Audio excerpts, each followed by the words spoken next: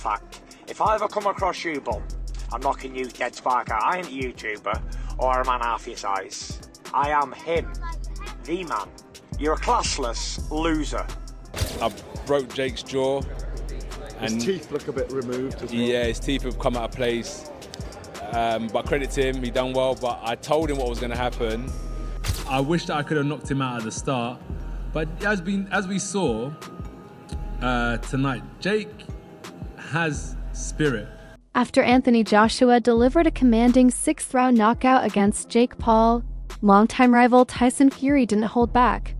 Known for his sharp tongue and bold opinions, Fury seized the moment not just to acknowledge Joshua's victory, but to fan the flames of their ongoing rivalry. While AJ proved his dominance inside the ring, Fury reminded fans that the bigger question remains: when will he finally face Joshua in the long-anticipated showdown? The British heavyweights. Feud has captivated boxing fans for years, and Fury's reaction made it clear that the tension and the challenge has only just begun. Fury's as serious as he thinks he is, and he wants to put down his Twitter fingers and put on some gloves and come and fight one of the realest fighters out there that will take on any challenge. Step in the ring with me next if you're a real bad boy. Don't do all that talking, AJ this, AJ that. Joshua's victory, streamed to millions worldwide on Netflix and dominating sports headlines, marked a momentous return to form after a 15-month layoff for the former 2-time world heavyweight champion. Yet while the result itself sent a clear statement from Joshua, Tyson Fury's immediate reaction, both before and after the fight, highlighted a simmering tension between the two British heavyweights, one that now appears increasingly likely to boil over as their rivalry intensifies. Heading toward 2026 in the years ahead of boxing. There's nothing been signed yet, but Tyson, he's indicated that if it's the right deal, he'll definitely do it. So I think it's going in the right, as I just said, going in the right direction, and hopefully we'll get some news pretty soon as to what's going to happen. He's been very good. He's been working very hard the last few months. He's had a lot of projects, including his Netflix series, Meet the Furies, the second series of that. He's got a documentary he's also filming. He's doing a lot of PAs as well, so he's been very, very busy. He's enjoying himself, but he's been in the ring full time. In the gym full time, training very hard, and he's in great nick. He looks well, and I'm sure. And he said on many times himself he would like to come back and fight again. And 2026, I believe, provided the deal's right, I think you'll see him back in the ring again. But if this fight happens, which I believe it will, if it does happen, it will be sometime in late summer. So Tyson, that's another sort of what's at the moment, it's another 7 months away. So he'll certainly have a fight in between, I think, if he comes back. The fans have been asking for this, and everybody's been talking about it for years and years and years. It's better, if it's going to happen now, than rather these guys come back and talk about doing it in 5 or 6 years' time. It's a fight that, anybody who I talk to about boxing, that's the one thing they always mention. When are these two getting it on? Are they ever going to get it on? We never got to see it, etc., etc. It will happen. I think it will happen, and I think when it does happen... Ring Magazine posted, Fury versus Joshua is closer than ever. Anthony Joshua's victory over Jake Paul has placed him on a clear collision course with Tyson Fury. The rivalry between Joshua and Fury has become one of the most talked about sagas in modern heavyweight boxing. For years, fans have clamored for the two British stars to finally meet, with promoters hailing it as the biggest fight in the sport. Many believe it must happen to settle long-standing debates over who truly deserves heavyweight supremacy. For Fury? I'm not gonna disrespect Fury, Gareth. I want to fight him though, Jack. We want to see you fight him so much. Exactly. I think I deserve it, the fans deserve it, you deserve it. It's such a shame that the guy decided to retire. He should grow a backbone. You win some, you lose some. Do you beat him? Yeah, definitely. All day long, yeah? 100%. So do you know what day it is today? Saturday morning. What comes after Saturday? Sunday.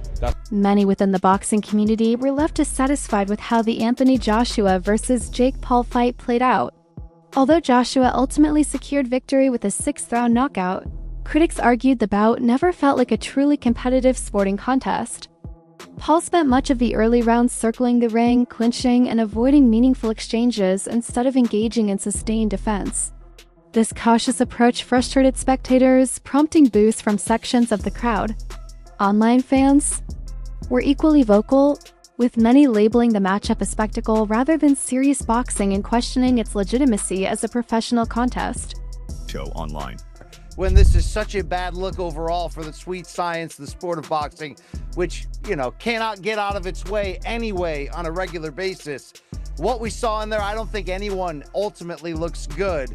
It was theater. It was sloppy. It was gross. It was unnecessary. I'd love to say my favorite sport is better than this, but I think we know that already. I think the bigger question is how much more can the rest of us tolerate the Jake Paul circus?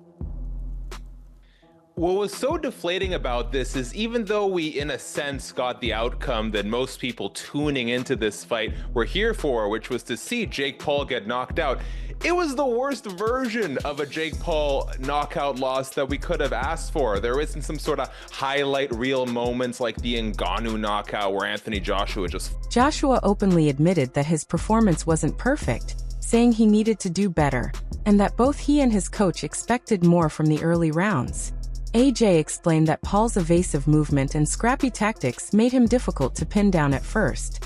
However, once Joshua found his range and timing, he was able to take control and finish the job decisively. Despite the criticism surrounding the fight, Joshua emphasized that his main objective was always to win and inflict damage when the opportunity presented itself. He added that scoring a knockout in the 6th round proved he adapted as the fight progressed. Broke Jake's jaw. His teeth look a bit removed as well. Yeah, his teeth have come out of place. But credit to him, he done well. But I told him what was going to happen, but it just took 6 rounds to do that. People will criticise you for going 6 rounds with Jake Paul. How do you feel about that? I deserve it. Why? Come on. Because, we're elite fighters. So I put myself in the shoes of a coach. If I was coaching Anthony Joshua and he went 6 rounds with Jake Paul, I would get him back in the gym tomorrow, give him a bit of a beating, and we're getting straight back to work because I'll be like, how are you letting this kid take you 6 rounds? Are you crazy? In boxing, there's a time when you systematically break someone down and you see their soul leaving their body. And after a period of time, 2 things start to happen to them. Either they give up or they get knocked out. And there was a bit of a mix. I said to myself, I'm not gonna knock you out. I am gonna systematically punish you round after round. And I wanted it to be slow and methodical. I swear, my mouth dropped down now. And I just kept on hitting him. Sorry, go. Right, you hit me as much I hit you for everyone in England. I was hitting him. I kept on hitting him. And I could see I had that mentality where I was like, do you remember in the press conference I said, he's Iverson and I'm Jordan? And I was like, I'm gonna just keep breaking him down. Because he was a loose. Michael Bisping has not described the fight as a classic in the traditional boxing sense. Instead, his commentary focused on the clear mismatch and the level of competition, rather than praising the overall quality of the bout. The former UFC champion turned analyst raised serious concerns about the danger of such matchups, questioning whether Jake Paul would even want to step back into a boxing ring after sharing it with a vastly more experienced Anthony Joshua. Bisping emphasized the physical and psychological toll a fight like this can take on a competitor who has far fewer professional rounds and less high-level experience. Rather than criticizing whether AJ appeared sloppy at times, he urged fans and commentators to look beyond performance details. Bisping warned against underestimating how dangerous boxing can be when mismatches occur, showing greater concern for the risks Paul faced while also expressing respect for the courage it took for him to agree to the fight. Bout. Yeah, I don't know where to start with this, okay? Was it a classic? Was it a fight that you've definitely got to go and watch? I can't say that it was. Listen, first of all, they both stepped in the ring. They were paid $92 million. They both get to go home to their families, and no one got injured. No one's dead. No one's going to the hospital. They're both fine. Apparently, Jake Paul claims that he's got a broken jaw, spat a little bit of blood out, right? But the fight itself wasn't anything to remember. It really wasn't, right? Anthony Joshua was a little sloppy. He was tentative. He took his time. He said he was trying to break him down, look for the shots. And maybe it's because he's been out the ring for 15 months, okay? And last went up against Daniel Dubois. Or maybe it's because he felt like a bit of a bully going up against Jake Paul, but he didn't seem like he really had. Former world heavyweight champion David Haye offered a respectful and appreciative assessment of Jake Paul's performance against Anthony Joshua. Haye acknowledged that Paul faced an extremely difficult challenge by stepping into the ring with a vastly more experienced and physically superior opponent. He noted that, despite the clear size and experience gap, Paul executed his strategy effectively, using movement and elusiveness to make it hard for Joshua to pin him down. This approach, Haye said, demonstrated a level of ring intelligence and resilience that deserved recognition. He emphasized that while Paul did not win the fight, there was still something to respect about his willingness to compete at that level, absorb heavy shots, and last into the later rounds against one of boxing's elite fighters. It was an awkward night, you know, AJ couldn't get to grips with him, obviously.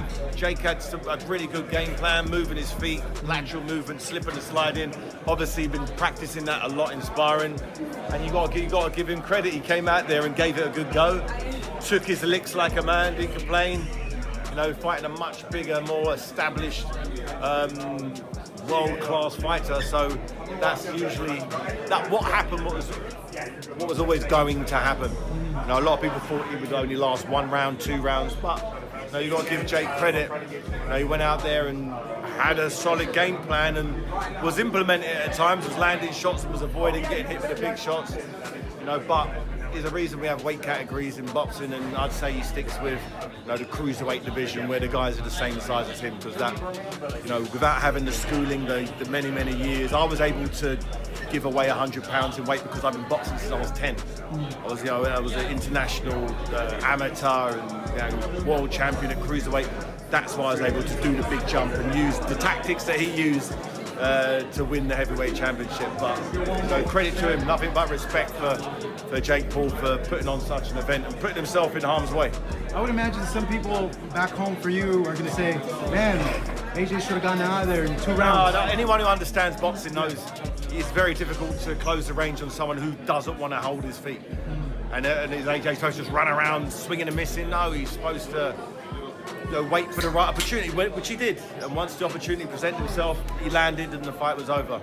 But yeah, anyone who kind of gives AJ stick because he didn't knock him out. Former undisputed heavyweight champion Lennox Lewis weighed in on Anthony Joshua's 6th-round knockout of Jake Paul, offering a blunt and analytical take on the bout. Lewis noted that Paul was not in ideal shape for such a massive step up in competition, and admitted that once Joshua's power began to land, Paul appeared to sit there waiting to get hit. He also pointed out Joshua's long layoff, suggesting that AJ needed a few rounds to shake off the ring rust before fully asserting his dominance. Once Joshua settled into the fight and found his rhythm, Lewis said, the outcome became inevitable.